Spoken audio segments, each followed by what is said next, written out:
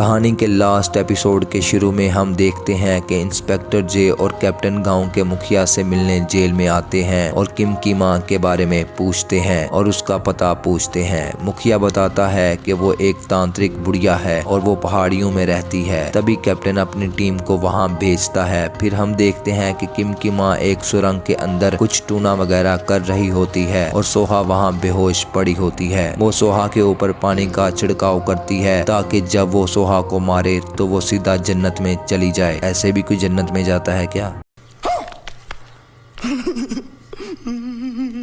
तभी सोहा की आंख खुल जाती है और वो उस बुढ़िया को देखती है। उसे इस बात का पता नहीं होता कि वो किम की माँ होती है। वो बुढ़िया बंदूक लेके सोहा के पास बैठ जाती है और उसे बताती है कि सोहा उसकी भतीजी है और वो उसकी बुआ लगती है। वो सोहा को बताती है कि सबका कत्ल उसने किया है क्योंकि वो कब्रिस्तान लेना चाहती है। फिर वो सोहा को बताती है कि वो किम की माँ है। सोहा ये सब सुनकर गुस्से में बोलने लगती है। फिर हम देखते हैं कि पुलिस की टीम किम की मां को ढूंढते हुए एक मंदिर में आती है, पर वहां उन्हें कुछ नहीं मिलता। जे कैप्टन को बताता है कि किम की मां अपने बेटे को डिफेंड कर रही है क्योंकि अगर वो सामने आ जाती तो सबको पता चल जाता कि किम अपने बाप की नाजायज औलाद है। फिर हम देखते हैं कि बुढ़िया सोहा को मारने लगती है कि सोहा उसे कहती है कि अगर उसने उसे मार दिया तो उसका बेटा भी नहीं बचेगा क्योंकि वो उस बिल्डिंग मालिक के पास होता है। किम की मां ये सुनकर सोहा को गुस्से से मारकर बेहोश कर देती है। आगे हम देखते हैं कि बिल्डिंग मालिक किम को भट्टी में जलाने के लिए ले आता है कि तभी सोहा का फोन आता है और वो उसे कहती है कि किम को कुछ भी मत करना वरना वो पुलिस को उसके बारे में सब बता देगी। बिल्डिंग मालिक सोहा को कहता है कि ठीक है पर तुम खुद आओ और किम को वहां से ले जाओ। वो सोहा को किम के साथ भट्टी में जलाने का प्लान बना लेता है। किम की माँ सोहा को साथ लेकर उसके बताए हुए एड्रेस पर निकल जाती है। फिर कैप्टन के मोबाइल पर एक वीडियो आती है जिसमें दिखाया जाता है कि किम को कुछ गुंडे अगवा करके ले जा रहे होते हैं। फिर कैप्टन को उसकी टीम के आदमी की कॉल आती है जो बताता है कि सोहा की कार भी खाली है और अंदर कोई नहीं। कैप्टन और इंस्पेक्टर जे बहुत हैरान होते हैं और इंस्पेक्टर जे सोहा को कॉल करता है लेकिन सोहा का मोबाइल किम की मां के पास होता है और वो कॉल काट देती है। फिर इंस्पेक्टर जे सोहा के नंबर पर एक मैसेज करता है जिसमें ये लिखा होता है कि किम और उसकी मां दोनों को फंसाते हैं और मार देते हैं, जिसे देखकर किम की मां इंस्पेक्टर जे को कॉल करती है और इंस्पेक्टर जे बड़ी होशियारी से किम की मां से एड्रेस पूछ लेता है और वो दोनों उसके बताए हुए एड्रेस पर निकल जाते हैं और साथ में अपनी दूसरी टीम को बुला लेते हैं। इधर किम की मां उस एड्रेस पर पहुंच जाती है और सोहा को गाड़ी की डिक्की से निकालती है और उसे मारकर बेहोश करके फेंक देती है। यहाँ बिल्डिंग मालिक किम को भट्टी में डाल देता है और दूसरे आदमियों को सोहा को लेने भेजता है। जो ही वो सोहा के करीब आते हैं वो उसे बेहोश देखते हैं और उसे लेकर अंदर चले जाते हैं। उसका बॉस उन्हें बाहर देखने के लिए भेजता है क्योंकि उसे इस बात का यकीन है कि सोहा के साथ कोई ना कोई तो जरूर आया है और वो सोहा को भी भट्टी में डाल देता है। फिर भट्टी को ईंटों की मदद से बंद कर रहा होता है। किम अपनी बहन सोहा को उठाने की कोशिश कर रहा होता है कि फिर हम देखते हैं कि किम की माँ एक पेट्रोल की गैलन लेकर गाड़ी के ऊपर छिड़कती है और जो ही वो भट्टी में आग लगाना शुरू करते हैं वो उनकी गाड़ी को जला देती है, जिससे उस गैंग के आदमी बाहर देखने के लिए निकलते हैं कि तभी वो उनमें से दो को शूट कर देती है, जिससे बिल्डिंग मालिक जान बचा के भागने लगता है। किम की मां रास्ता साफ देखकर अंदर भट्टी की तरफ जाती है और भट्टी की दीवार को तोड़ने लगती है कि तभी वहां भट्टी को जलाने वाला आदमी आकर उसे मारकर बेहोश कर देता है। बिल्डिंग मालिक उस बुढ़िया को देखकर हैरान हो जाता है और वो उसकी टांग में गोली मार देता है। वहाँ किम और सोहा भट्टी में होते हैं और किम अपने दांतों से सोहा की डोर को काट देता है। सोहा भट्टी से निकलने की कोशिश करती है लेकिन वो दीवार नहीं टूट रही होती। तभी हम देखते हैं कि कैप्टन और जे वहाँ पहुँच जाते हैं और गाड़ी का सायरन बजाते हैं, जिससे अंदर मौजूद लोग बाहर भागने लगते हैं और अंदर सब कुछ जलाने लगते हैं। उधर किम की माँ भट्टी की दीवार को तोड़ने की कोशिश कर रही होती है और भट्टी में आग ज्यादा फैल रही रही होती है। किम की माँ आखिर भट्टी की दीवार को तोड़ने में कामयाब हो जाती है और वो सोहा और किम को बाहर निकाल लेती है। कैप्टन भट्टी जलाने वाले आदमी को पकड़ लेता है और जे उस गैंग के दूसरे आदमी को पकड़ता है कि उसकी गैंग के आदमी कैप्टन और जे पर गोलियां चला देते हैं, जिससे कैप्टन जख्मी हो जाता है। इधर बिल्डिंग का मालिक भागने की कोशिश करता है कि पुलिस की पूरी टीम वहां आ जाती है और उसको पकड़ लेती है। तभी जे कैप्टन को देख रहा होता है। कैप्टन के उसी पाँव में गोली लगती है जो पहले से अपाहिज हो चुका होता है।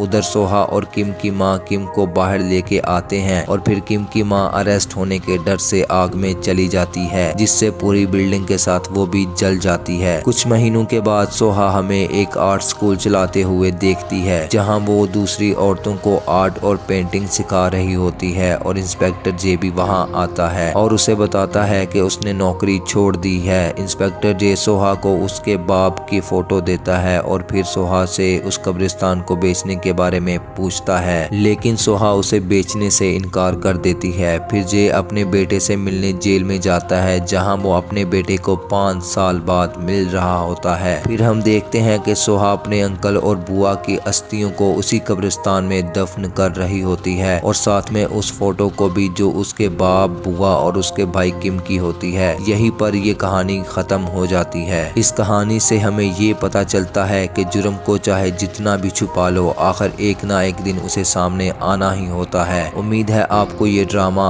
अच्छा लगा होगा। हम आपके लिए ऐसे ही दिलचस्प कहानियां लेके आते रहेंगे। हमारे साथ जुड़े रहने के लिए हमारे चैनल को सब्सक्राइब करें और बेल के आइकन को प्रेस कर लें, ताकि हमारी अगली नई कहानी आप तक पहुंच सके। तो मिलते हैं एक नई कहानी के साथ, तब तक के लिए इजाजत दीजिए। अल्लाह हाफिज।